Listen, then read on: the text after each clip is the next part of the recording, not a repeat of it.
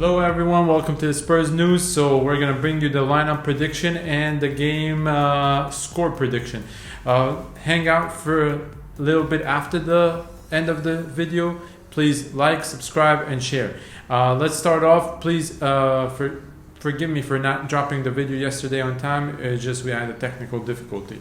Moving on swiftly. Tomorrow is our last game. I am kind of sad this is the last game, but there are a lot of good news in regards to this. First of all, we got a lot of our players back. For example, Eric Dyer is back. Juan Foyt is training and should be able to play. And Dele Alli is also back. So let me know what you think. Who should play tomorrow and why? For us at the Spurs News, we think this is the lineup that should be playing, except we also know that Ndombele would not feature tomorrow because he is still suffering from an injury. All right, so in the back, of course, we're going to start off with the goalkeeper, the French captain and the number one. He proved he was great asset in the previous game against Newcastle, and he saved a lot of shots. And it is Hugo Lloris. I call him the French rooster or the Le Coq Français. All right. So then we go to the left back position. I think since it's the last game of the season, and if Ryan Sessegnon is healthy enough to play and fit enough to play, I would give him a shot at the game and let him start. If he doesn't perform well, I would switch him with Ben Davies. Is always an option. So I would start with Ryan Sessegnon. I want to see what he can do, so we can work on what he needs to improve during the preseason. Ryan Sessegnon, as we said, could be a flyer, and he could be one of the best players in the league if we know how to train him and improve him. Moving on to the center backs. My number one center back in the whole club, in the whole Premier League, is Alderweireld.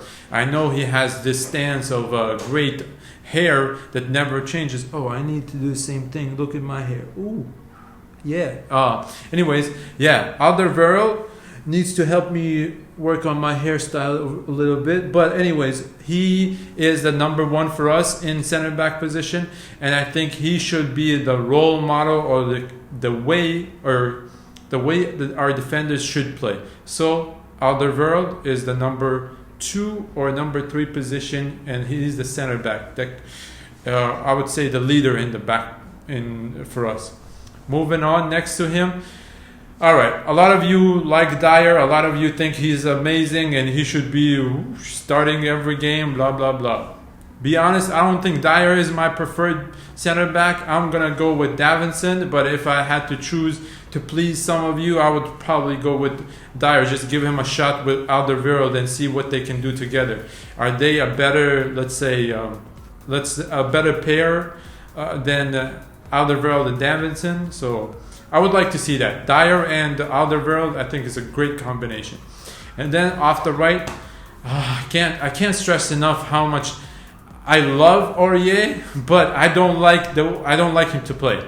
He's just like a nightmare for any team to have because he is a liability. A lot of players, a lot of pundits have spoken about this. I am not a pundit, but I already had spoken about him. I think he's a liability more than an asset. His crosses are horrible. I think he needs to be faking. He needs to do a lot more before he crosses. He has to put a little bit of thinking and imagination into the cross before he does it. And at the back, I mean, you need to be 100% concentrated when you're clearing the ball. Don't just shoot it anywhere, man. It's not futsal. Come on, man. So I think for right back, I would go for Juan Foyt. I would give him a shot and I would let him play at right back if he's healthy and fit. If not, I would go with Gedison. If not, then I would go with Serge Aurier. So this is my option. These are my options. These are my choices. Let me know what yours are for the back. Going to the middle of the park, the number one engine in the team, the commander-in-chief is different from the engine. So the commander-in-chief for me is Harry Winks. Next to him should be Moussa Sissoko. So these two are the best in the league in the terms of defensive mid. I know we are interested in him, Emil Højbjerg, because he's a great potential future and has a lot of potential to improve. But I don't think we would ever have someone as good as Moussa Sissoko in terms of running and health. He only got injured once during his career, so this is proof that he is an engine, really. Commander-in-Chief, I call him Harry Winks because he is like a sergeant.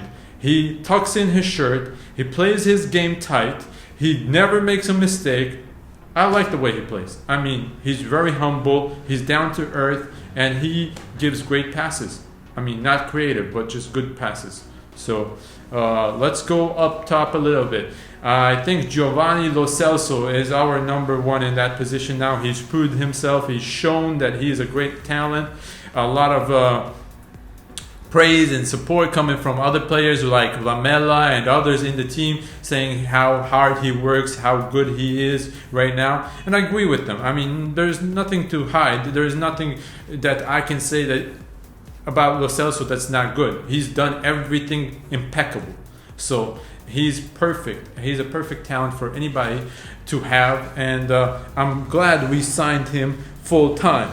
And my hair is going crazy because this next position is going to pull my hair apart. I don't know who to pick, but I mean, we could play Dele Alli, we could play Lucas Moura, we could play Eric Lamela, and my favorite out of the three is Lucas Moura, the Brazilian. Samba. I love the way he dances. I love the way he sprints. I love the way he exploits the defense. So if he gets tired the second half, I would give Dele Alli a shot, but other than that, I would let Dele Alli just stay till the 70th minute and come in just to get some game time and get match fit. But other than that, I would go with Lucas Moura, leave Lamela on the bench, and let's see what happens. Now, on the left-hand side, my dragon, my favorite Asian player, and I know we're still in contention to sign Kim Min-jo from Guam, the Chinese team, but he's the monster. But this is the dragon. The dragon is much better. I don't like monsters. I like dragons, and dragon is what we have. And he's South Korean that can make any game be different and the score be more positive towards our team. So I'm gonna go with him. And if he, for some reason, doesn't perform, which is unrealistic most of the time, or it's just not possible from the standard that we expect from him, I would bring in Bergwijn on that side. He has proven that he can play there too, and he's very good. So give him a shot. If not, we'll see what we can do. Switch him, Ali, and Lucas Moura. All of these players can switch if we need some assistance to change the game. All right, and the last up top is the Hurricane. I should call him the Hurricane that strikes Florida every year. You know, we have these hurricanes that come in. We call it hurricane season. I think we need to say hurricane season now for the. Us Floridians, all of us know that this season is very difficult, and we try to avoid it. But it's part of the beauty of living there. So, Hurricane, I expect you to be a hurricane tomorrow and destroy that Crystal Palace goal. And let's go to the match prediction. All right, for the match prediction, we've won 5 out of the 5 last games. We've won 4, and the only one we've lost against Crystal Palace was in an FA Cup. So good start right there, right? Most of the games we've won with 1 or 2 goal difference, except for the last one. We've won surprisingly by a 4-goal difference. Okay, they had an own goal and things like that. So everything went wrong for them.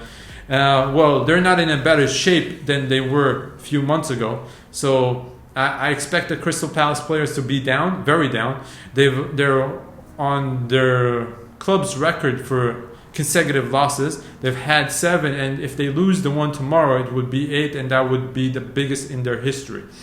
I expect that to happen, and I hope it does happen. Let me know what you think. I'm going to tell you the score that I am expecting. I'm expecting a 2 to 3 goal difference in terms of winning.